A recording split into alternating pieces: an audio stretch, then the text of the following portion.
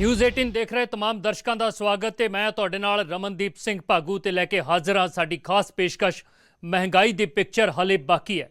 देश दे विच महंगाई दिन दुगनी रात चौगनी रफ्तार दे नाल वध रही है ते हुण सवाल यही है कि आखिरकार अनकंट्रोल महंगाई कंट्रोल दे विच कदों आवेगी।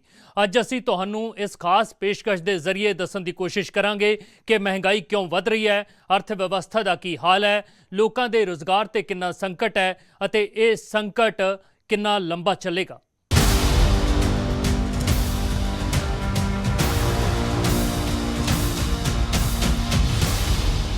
देश की जनता ते इस वक्त महंगाई का अजिहा हंटर चल रहा है कि हर पासे गल सिर्फ महंगाई की हो रही है। उंज तां प्रधानमंत्री मोदी की अपील के बाद तो ही इस महंगाई की मार का अंदाज़ा होने लग्या सी, पर जदों पिछले दिनों के दुध तो लैके तेल तक सब कुछ महंगा हो गया तो सवाल ये उठे कि महंगाई के नाल ये लड़ाई आखिर कदों तक लड़नी होगी। हमें पेट्रोल डीजल का उपयोग कम करना होगा। तारीख 10 मई 2026 देश के प्रधानमंत्री नरेंद्र मोदी देशवासियों को अपील करते हैं। इस अपील दे विच प्रधानमंत्री नरेंद्र मोदी 7 चीज़ों का जिक्र करते हैं, जिस विच पेट्रोल डीजल की खपत घट करना, पब्लिक ट्रांसपोर्ट का वध इस्तेमाल करना, विदेशी यात्रावां नूं टालना, वर्क फ्रॉम होम नूं तरजीह देना, 1 साल तक सोना ना खरीदना, रसायनिक खादां का इस्तेमाल 50% तक घट करना अते खाण वाले तेल का घट इस्तेमाल करन ते जोर दिंदे ने। हमें पेट्रोल डीजल का उपयोग कम करना होगा। शहरों में जहां मेट्रो है वहां हम तय करें कि हम मेट्रो का ही उपयोग करेंगे, ज्यादा से ज्यादा मेट्रो में ही जाएंगे। अगर कार में ही जाना जरूरी है तो फिर कार पूल करने का प्रयास करें। प्रधानमंत्री नरेंद्र मोदी ने जनता दे नाल इस अपील के जरिए बड़े संकट का भी जिक्र किया।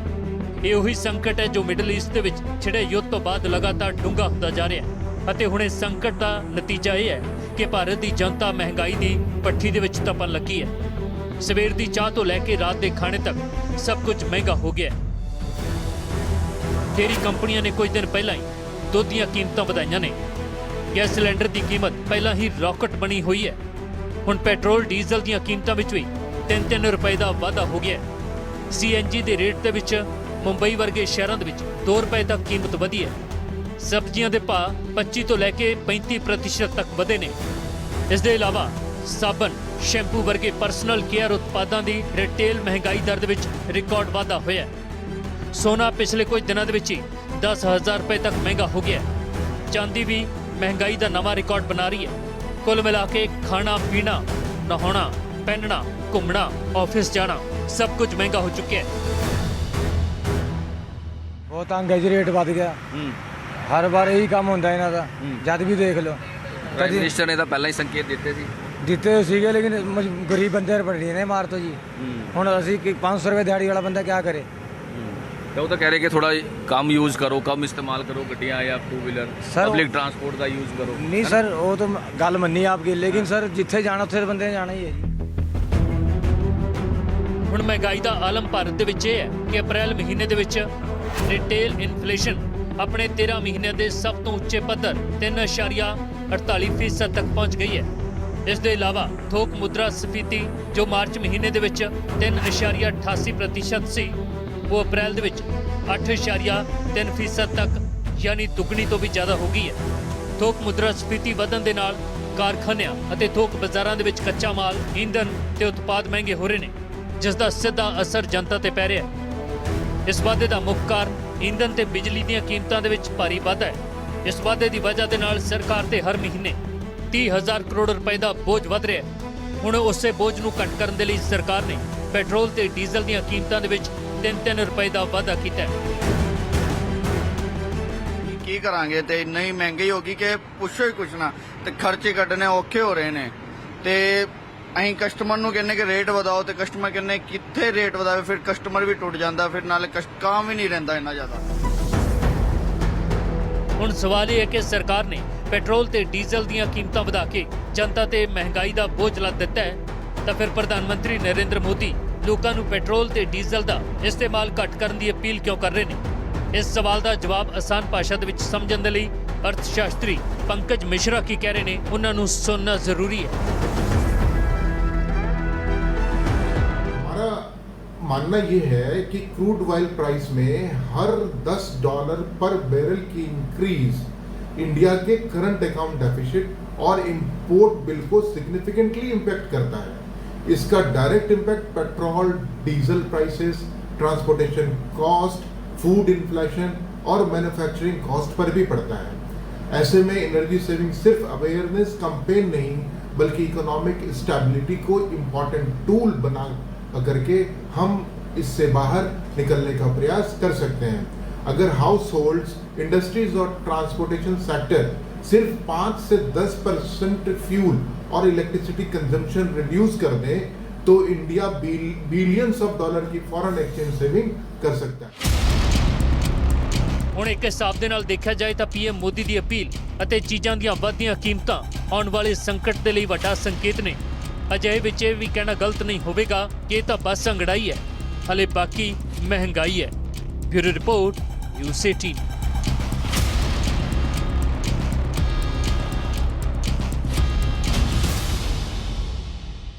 ਦੇਸ਼ ਦੀ ਅਰਥ ਵਿਵਸਥਾ ਦਾ ਹਾਲ ਸਮਝਣ ਵਾਲੇ ਅਰਥ ਸ਼ਾਸਤਰੀ ਮੰਨ ਰਹੇ ਨੇ ਕਿ ਪੀਐਮ ਮੋਦੀ ਦੀ ਅਪੀਲ ਦੇਸ਼ ਦੇ ਵਿੱਚ ਸਾਧਨਾਂ ਦੀ ਕਮੀ ਨੂੰ ਪੂਰਾ ਕਰਨ ਦਾ ਯਤਨ ਹੈ। ਅਜਿਹੇ ਵਿੱਚ ਇਹ ਸਮਝਣਾ ਵੀ ਜ਼ਰੂਰੀ ਹੋ ਜਾਂਦਾ ਹੈ ਕਿ ਆਖਿਰ ਦੇਸ਼ ਦੇ ਵਿੱਚ ਕਿਸ ਚੀਜ਼ ਦਾ ਕਿੰਨਾ ਸਟਾਕ ਬਚਿਆ ਹੋਇਆ ਹੈ ਅਤੇ ਕਿਉਂ ਇਹ ਸਟਾਕ ਲਗਾਤਾਰ ਘਟ ਹੋ ਰਿਹਾ ਹੈ।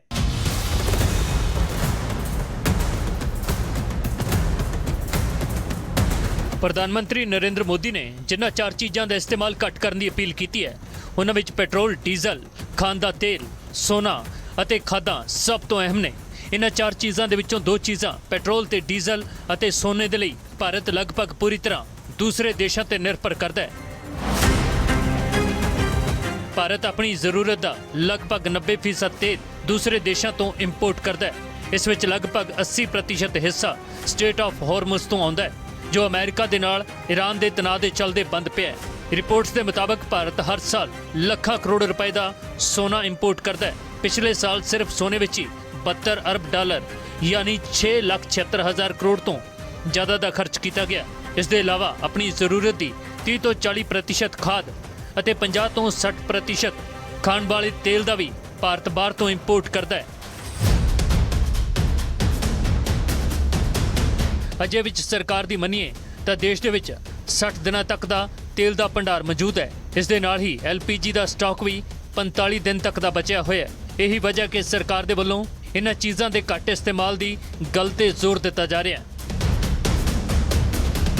साल लगभग 150 से 180 बिलियन डॉलर का ऑयल इंपोर्ट बिल पे करता है। इंडिया दुनिया का 3rd largest oil importing country है, इसलिए इंटरनेशनल मार्केट में क्रूड ऑयल प्राइसेस में इंक्रीज डायरेक्टली इंडिया के फॉरेक्स रिजर्व, रुपी स्टेबिलिटी और इन्फ्लेशन पर इम्पैक्ट आता है। हमारा मानना ये है कि क्रूड ऑयल प्राइस में हर $10 पर बैरल की इंक्रीज इंडिया के करंट अकाउंट डेफिसिट और इंपोर्ट बिल को सिग्निफिकेंटली इम्पैक्ट करता है। इसका direct impact petrol, diesel prices, transportation cost, food inflation और मैन्युफैक्चरिंग कॉस्ट पर भी पड़ता है।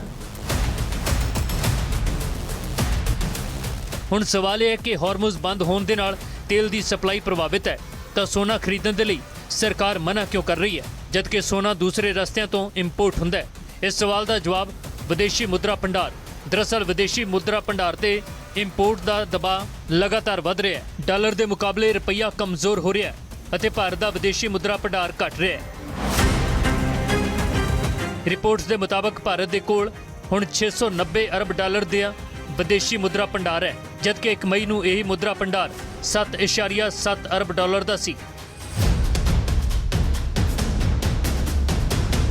ਹੁਣ ਇਸੇ ਵਿਦੇਸ਼ੀ ਮੁਦਰਾ ਭੰਡਾਰ ਨੂੰ ਸੰਕਟ ਦੇ ਸਮੇਂ ਦੇ ਲਈ ਬਚਾ ਕੇ ਰੱਖਣ ਦੇ ਲਈ ਸਰਕਾਰ ਸੋਨਾ ਖਰੀਦਣ ਦੇ ਲਈ ਮਨਾ ਕਰ ਰਹੀ ਹੈ। ਹਾਲਾਂਕਿ ਸਰਕਾਰ ਦੇ ਇਸ ਫੈਸਲੇ ਦੇ ਨਾਲ ਸੋਨੇ ਦਾ ਕਾਰੋਬਾਰ ਕਰਨ ਵਾਲੇ ਲੋਕਾਂ ਦੀ ਚਿੰਤਾ ਵੱਧ ਗਈ ਹੈ।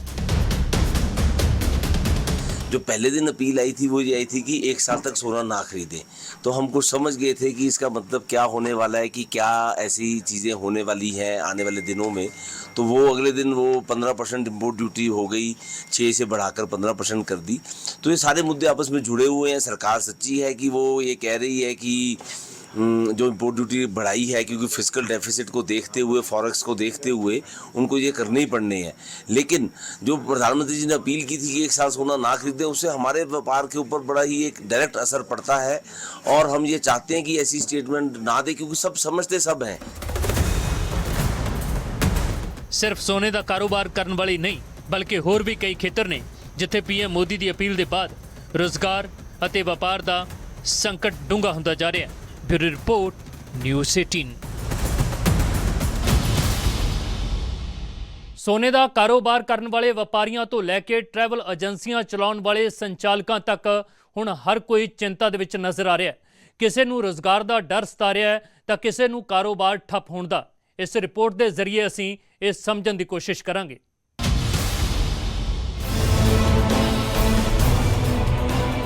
ਪੰਜਾਬ ਦੇ ਜਲੰਧਰ ਦੇ ਵਿੱਚ ਖਾਲੀ ਟੈਕਸੀ ਸਟੈਂਡ ਅਤੇ ਟਰੈਵਲ ਏਜੰਟਾਂ ਦੇ ਦਫ਼ਤਰਾਂ ਦੇ ਵਿੱਚ ਇਹ ਸਨਾਟਾ ਇਹ ਦੱਸਣ ਦੇ ਲਈ ਕਾਫੀ ਹੈ ਕਿ ਪੀਐਮ ਮੋਦੀ ਦੀ ਅਪੀਲ ਦਾ ਅਸਰ ਇਹਨਾਂ ਲੋਕਾਂ ਤੇ ਕਿੰਨਾ ਜ਼ਿਆਦਾ ਹੋ ਰਿਹਾ ਹੈ। ਪੀਐਮ ਮੋਦੀ ਨੇ ਵਿਦੇਸ਼ ਯਾਤਰਾ ਘੱਟ ਕਰਨ ਅਤੇ ਬਿਨਾਂ ਕੰਮ ਦੇ ਘੁੰਮਣ ਤੋਂ ਪਰਹੇਜ਼ ਕਰਨ ਦੀ ਅਪੀਲ ਕੀਤੀ ਤਾਂ ਜਲੰਧਰ ਦੇ ਟੈਕਸੀ ਸਟੈਂਡ ਅਤੇ ਟਰੈਵਲ ਏਜੰਟਾਂ ਤੇ ਵਪਾਰ ਠੱਪ ਹੋਣ ਦਾ ਸੰਕਟ ਮੰਡਰਾਉਣ ਲੱਗਿਆ। ਜੋ ਮੋਦੀ ਸਾਹਿਬ ਨੇ ਸੰਦੇਸ਼ ਦਿੱਤਾ ਹੈ ਇਲੈਕਟ੍ਰੋਨਿਕ ਗੱਡੀਆਂ ਵਾਸਤੇ ਵੀ ਤੁਸੀਂ ਇਲੈਕਟ੍ਰੋਨਿਕ ਗੱਡੀ ਆਪਣੀ ਯੂਜ਼ ਕਰੋ, ਜੇ ਹੁਣ ਸਵਾਰੀ ਸਾਡੇ ਕੋਲ ਨਹੀਂ ਆਊਗੀ ਤੇ ਫਿਰ ਸਾਡਾ ਤਾਂ ਕਾਰੋਬਾਰ ਸਰ ਬੰਦ ਹੀ ਹੈ। ਠੀਕ ਹੈ ਜੀ, ਹੁਣ ਉਹ ਕਹਿ ਰਹੇ ਆ ਵੀ ਤੇਲ ਦੀ ਵਰਤੋਂ ਘੱਟ ਕਰੋ, ਸੋਨਾ ਨਾ ਖਰੀਦੋ ਆਪਣਾ। ਤੇ ਹੁਣ ਅਸੀਂ ਕੀ ਕਰ ਸਕਦੇ, ਕਿਉਂਕਿ ਅਸੀਂ ਸ਼ੁਰੂ ਤੋਂ ਇਹੀ ਕੰਮ ਕਰ ਰਹੇ ਆ ਰਹੇ ਹਾਂ ਟੈਕਸੀ ਲਾਈਨ ਦਾ। ਕਿੰਨੇ ਸਮੇਂ ਤੋਂ ਟੈਕਸੀ ਦਾ ਕੰਮ ਕਰ ਰਹੇ ਹੋ? ਮੈਨੂੰ ਤਾਂ 40 ਸਾਲ ਹੋ ਚੱਲੇ ਜੀ ਇਸ ਕੰਮ ਦੇ ਵਿੱਚ। ਇਹ ਸੰਕਟ ਕਿੰਨਾ ਲੰਬਾ ਚੱਲੇਗਾ ਅਤੇ ਕਦੋਂ ਤੱਕ ਚੱਲੇਗਾ, ਇਸ ਦਾ ਕਿਸੇ ਨੂੰ ਕੋਈ ਅੰਦਾਜ਼ਾ ਨਹੀਂ ਹੈ। ਇਹੀ ਵਜ੍ਹਾ ਕਿ ਕਾਰੋਬਾਰੀ ਸਰਕਾਰ ਅੱਗੇ ਅਪੀਲ ਕਰ ਰਹੇ ਨੇ ਅਤੇ ਆਪਣੇ ਪਰਿਵਾਰ ਦੇ ਪਾਲਣ ਪੋਸ਼ਣ ਦੀ ਚਿੰਤਾ ਵੀ ਉਹਨਾਂ ਨੂੰ ਲਗਾਤਾਰ ਸਤਾ ਰਹੀ ਹੈ। ਦੇਖੋ ਸਾਡਾ ਕਾਰੋਬਾਰ ਤੇ ਅੱਗੇ ਬਿਲਕੁਲ ਬੰਦਾ ਆ। ਹੁਣ ਜਿੱਦਾਂ ਸਰਕਾਰਾਂ ਨੇ ਕਿਹਾ ਆ ਵਿਆਹਾਂ ਸ਼ਾਦੀਆਂ ਦੇ ਖਰਚੇ ਘੱਟ ਕਰੋ, ਸਾਡੇ ਤੇ ਗੇੜੇ ਅੱਗੇ ਨਹੀਂ ਲੱਗਦੇ, ਤੇ ਜੇ ਉਹ ਖਰਚੇ ਹੋਰ ਘਟ ਜਾਣਗੇ ਤੇ ਸਾਨੂੰ ਵੀ ਸਾਡੀ ਟਰਾਂਸਪੋਰਟ ਲਾਈਨ ਬਿਲਕੁਲ ਘਾਟੇ 'ਚ ਜਾਏਗੀ।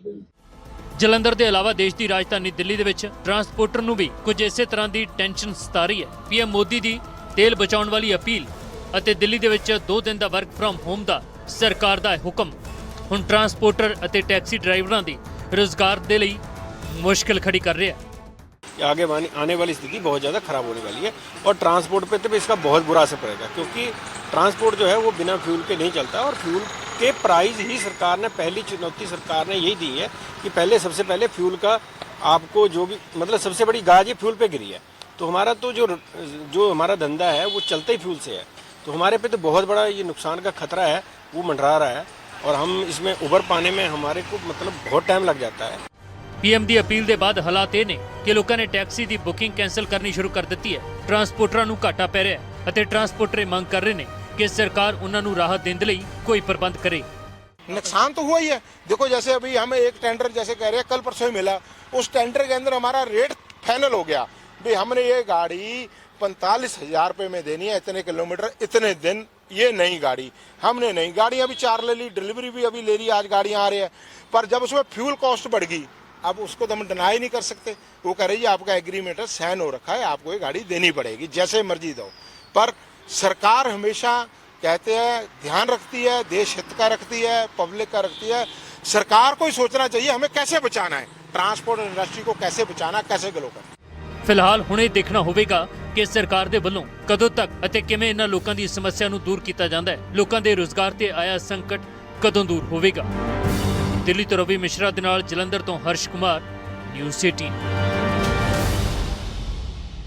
ਦੇਸ਼ ਦੀ ਰਾਜਧਾਨੀ ਦਿੱਲੀ ਤੋਂ ਲੈ ਕੇ ਪਹਾੜਾਂ ਦੀ ਰਾਣੀ ਸ਼ਿਮਲਾ ਤੱਕ ਹਰ ਜਗ੍ਹਾ ਸਿਰਫ ਚਰਚਾ ਵੱਧਦੀ ਮਹਿੰਗਾਈ ਤੇ ਪੀਐਮ ਮੋਦੀ ਦੀ ਅਪੀਲ ਦੀ ਹੈ। ਲੋਕ ਮਹਿੰਗਾਈ ਤੋਂ ਪਰੇਸ਼ਾਨ ਨੇ ਅਤੇ ਸਵਾਲ ਪੁੱਛ ਰਹੇ ਨੇ ਕਿ ਮਹਿੰਗਾਈ ਦੀ ਮਾਰ ਤੋਂ ਨਿਜਾਤ ਆਖਿਰ ਮਿਲੇਗੀ ਕਦੋਂ।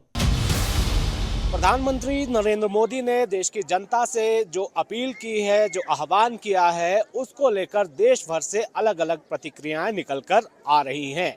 चाहे वो सोने की खरीद को लेकर हो, पेट्रोल डीजल के इस्तेमाल को लेकर हो, खाने के तेल के इस्तेमाल को लेकर हो, या फिर वर्क फ्रॉम होम को लेकर बात हो, बहुत सारी अपील प्रधानमंत्री की तरफ से की गई है। इसको लेकर कई तरह की राय निकल कर आ रही है।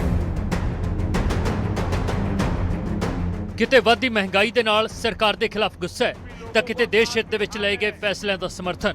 ਕਿਸੇ ਨੇ ਰੁਜ਼ਗਾਰ ਦਾ ਦੁਖੜਾ ਰੋਇਆ ਤਾਂ ਕਿਸੇ ਨੇ ਸਮਝਾਇਆ ਕਿ ਦੇਸ਼ ਚਲਾਉਣ ਦੇ ਲਈ ਮਹਿੰਗਾਈ ਦੀ ਭੱਠੀ ਦੇ ਵਿੱਚ ਤਪਣਾ ਕਿਉਂ ਜ਼ਰੂਰੀ ਹੈ। पहले 2,40,000 की इनकम टैक्स था, फिर 3 पे हो गया, फिर 5 पे कर दिया, फिर 7 पे कर दिया, अब 12 कर दिया। वो कहता है जितना पैसा बैंक में ज़्यादा आएगा, जब पैसा आएगा तभी तो बांटूंगा मैं, तो मैं कैसे बांटूंगा? मैंने सिर्फ अडानी को खुश करना है।